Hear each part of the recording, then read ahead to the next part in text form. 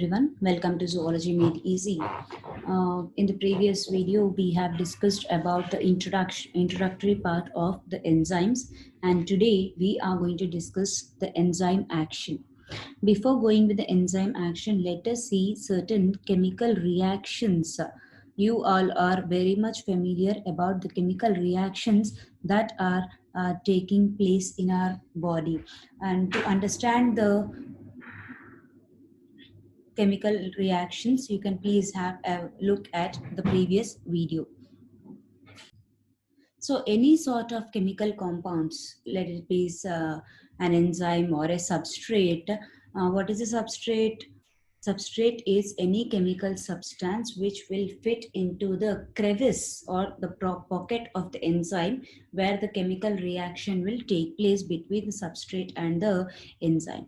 So before that, let us discuss in general something called as the chemical compounds. So these chemical compounds, they will undergo two different types of changes. You have learned it very well, the physical change and the chemical change. The physical change and chemical change. So when you are saying physical change, it purely attributes to the physical nature, maybe change in the shape, change in the structure, change in the color or form. Ice turning into water, water into vapor, all these comes under physical changes, whereas the chemical change, entire composition will be changed.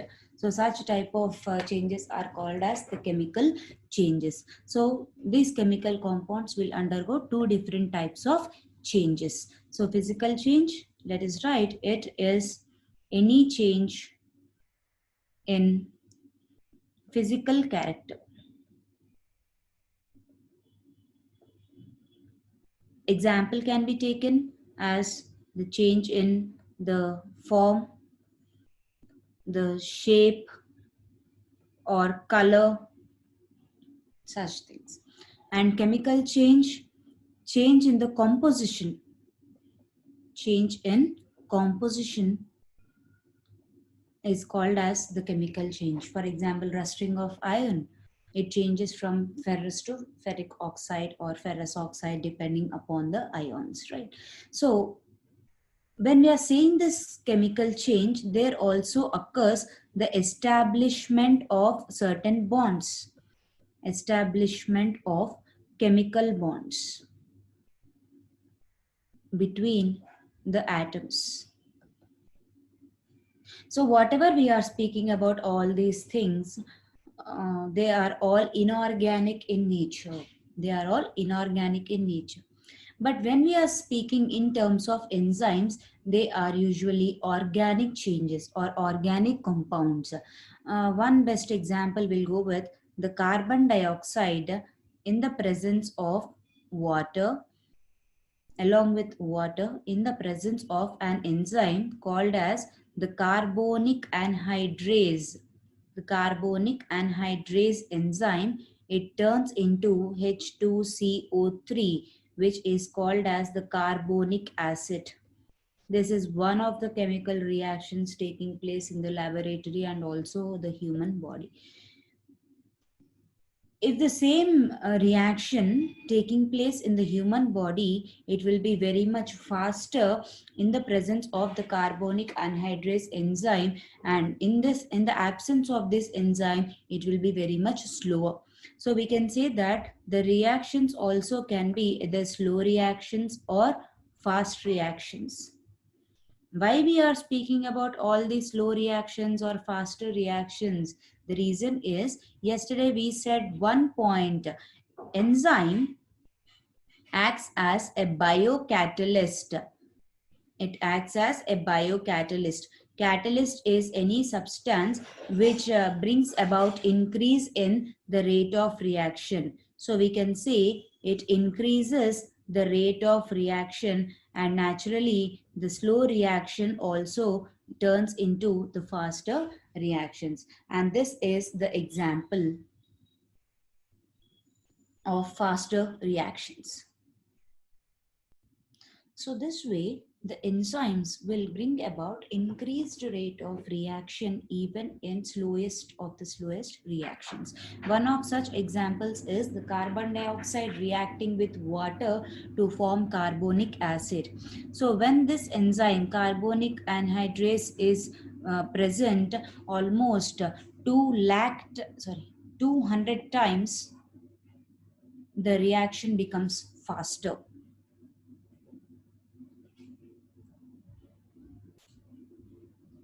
So the rate of reaction can be given as the change in product with respect to the time.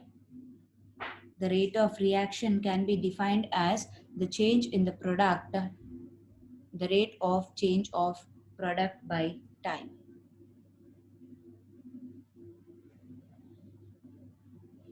So what is the factor that is determining this rate of change of reaction? One of the most important factors is the temperature. The enzymes show optimum activity or their maximum activity at 45 degrees centigrade, as we have discussed in the previous video even. And for every 10 degrees change in either direction, that means either above or below this optimum temperature, the rate will be doubled and decreases by half for every 10 degrees change.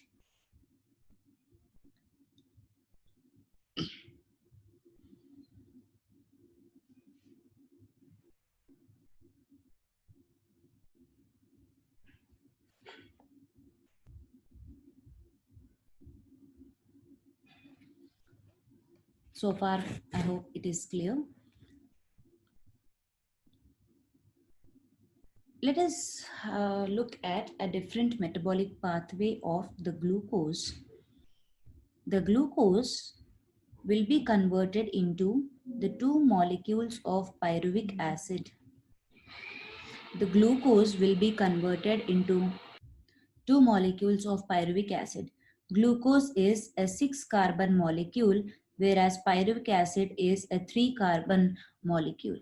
And this reaction, the chain or the set of 10 reactions, is called as the glycolysis. So as a result of glycolysis, the glucose will be converted into the pyruvic acid, and later, depending upon the availability of the oxygen or the absence of oxygen or insufficient availability, this fate of this 2 pyruvic acid or 2 molecules of this pyruvic acid will change.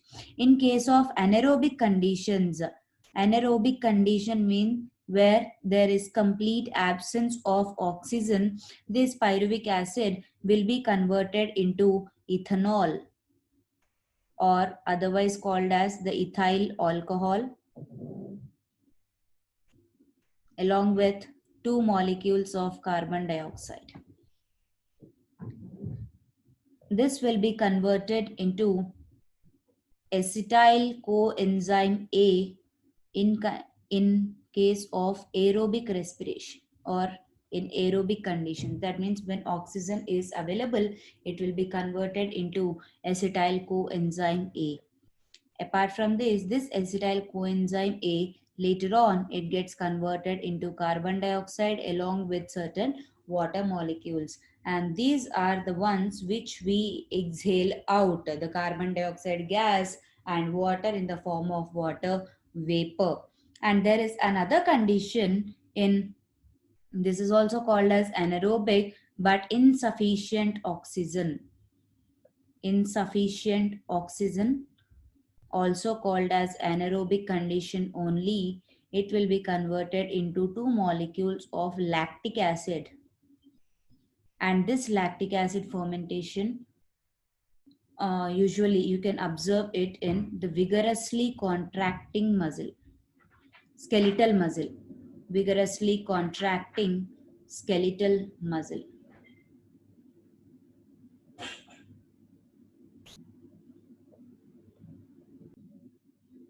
So, looking at all these things, you have to remember one general thumb rule.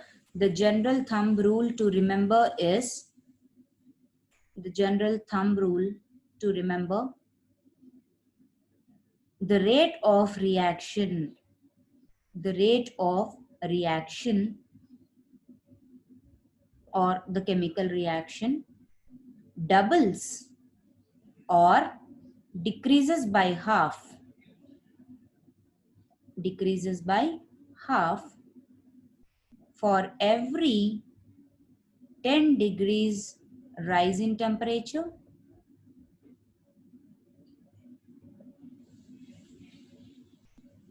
or fall. That means if at all there is a rise in temperature by 10 degrees centigrade, usually the rate of reaction will be doubled. And if it is reducing by 10 degrees centigrade, then it decreases by half. So this is the general thumb rule that you have to remember about the rate of chemical reaction.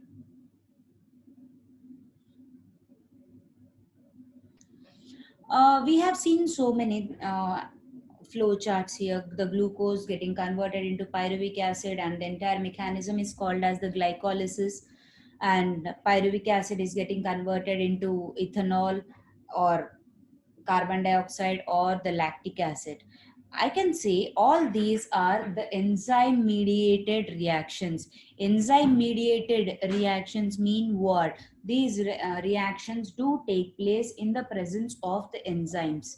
Now let us see how do these enzymes will bring about such high rates of chemical conversions. What is such a thing that is present in these enzymes so that the high rates of chemical reactions are possible? Whenever we are speaking about the chemical reaction or the enzymatic reaction, we have to speak about these two components, the substrate and the enzyme. Substrate and enzyme. So what is this substrate? Substrate is something which is upon which the enzyme is acting, right? So substrate, it can be denoted as S, and because of the action of this enzyme, the substrate will be converted into a product. For instance, let us take an example. I am considering substrate as the maltose. It is a sugar. Enzyme acting upon that is maltase, and the product that is formed as a result of this substrate enzyme reaction is the 2 units of glucose. 2 units of glucose are formed as a result of breakdown of the maltose sugar. So what is happening here? We can say that this substrate S, the substrate S, it is binding. Substrate S binds to active site of the enzyme. It binds to the active site of enzyme. In the previous video, I explained you where this active site is present on the enzyme. This is usually present on the crevices of the folds of enzyme. In the tertiary structure of enzyme, there are certain folds formed, and those folds are called as the crevices, and the active sites are present on the crevices. So the substrate S will bind to the active site of the enzyme, and it undergoes a certain phenomena in between which forms enzyme substrate complex, and such a phenomena is called as transient phenomena for a very short duration. For example, substrate plus enzyme, it initially forms enzyme substrate complex, and later on enzyme will get separated and product will be formed. So this enzyme substrate complex is of a very shorter duration, and it is called as the transient phenomenon.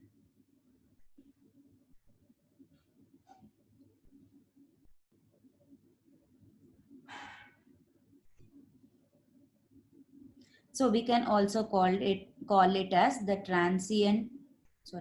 transition state structure.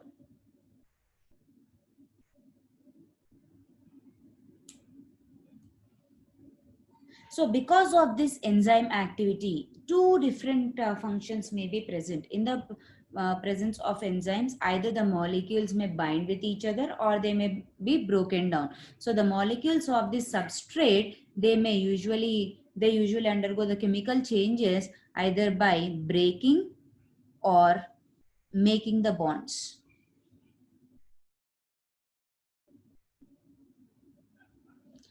Either breaking or making the bonds, finally what is formed there? The product is formed. And when the product is formed, this product will be released, product is released from the active site, released from active site. So now we can say that initially substrate is present, upon that substrate enzyme is acting, and for a shorter duration enzyme substrate complex is formed, and that enzyme substrate complex will later on be converted into product and enzyme will get separated. So what is happening over here? There is an activity of enzyme, but this enzyme is not undergoing any chemical reaction with the substrate. That is the reason why we are calling it as a biocatalyst. So the basic definition of catalyst is any substance which increases the rate of reaction without participating in the chemical reaction is called as catalyst. So here you can see the same. The enzyme is making the substrate to get converted into the product, but it is not reacting with the substrate.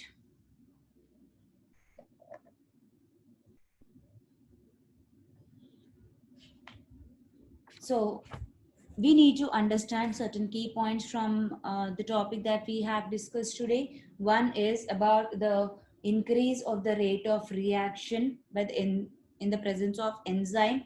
You can take the example of carbonic anhydrase, where around 6 lakh molecules of carbonic acid will be formed, where the reaction is increased 200 folds.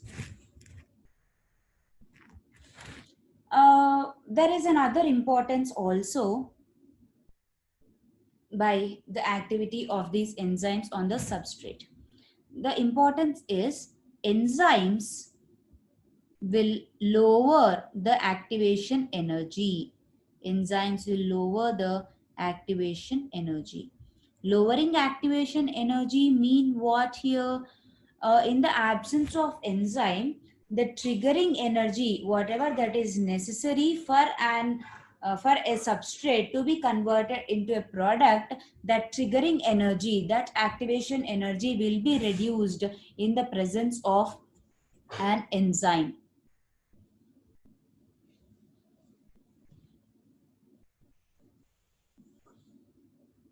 So if we plot a graph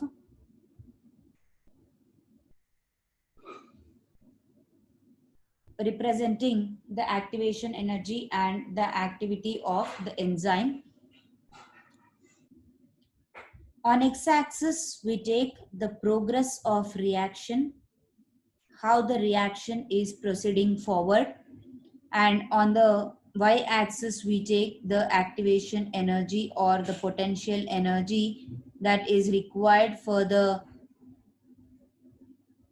chemical reaction to take place. And this is the substrate upon which the enzyme should act upon. So this substrate, if at all it is undergoing chemical reaction without any enzyme, that means in the absence of enzyme, no doubt it is forming the product, but it is consuming more activation energy. So this represents the activation energy without enzyme.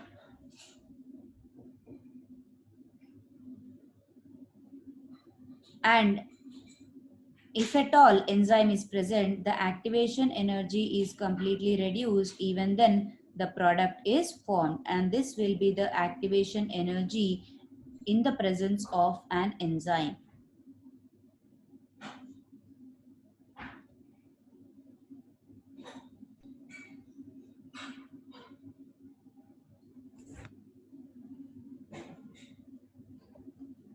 So here we can say on the x-axis we have represented the progress of the reaction, that means how the reaction is proceeding forward, and on the y-axis we have represented the activation energy that is needed for the conversion of this substrate into a product. If at all the energy that is released because of the chemical reaction, if at all the energy is released, that is called as the exothermic reaction.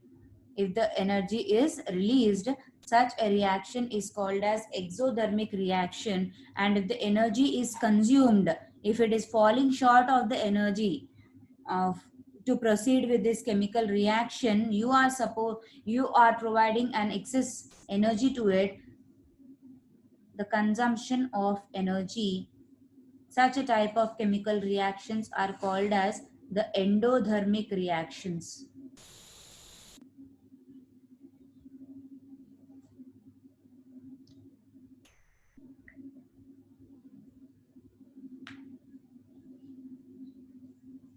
So I shall zoom it out to have a bird eye view of the topic. And this is for today's class. In the next class, we will be discussing about the nature of the enzyme action, what are the different factors that are affecting the enzyme activity, and mechanism of enzyme action, the so-called the lock and key theory. And I request you all to tune on to the channel for updates about the videos. Thank you.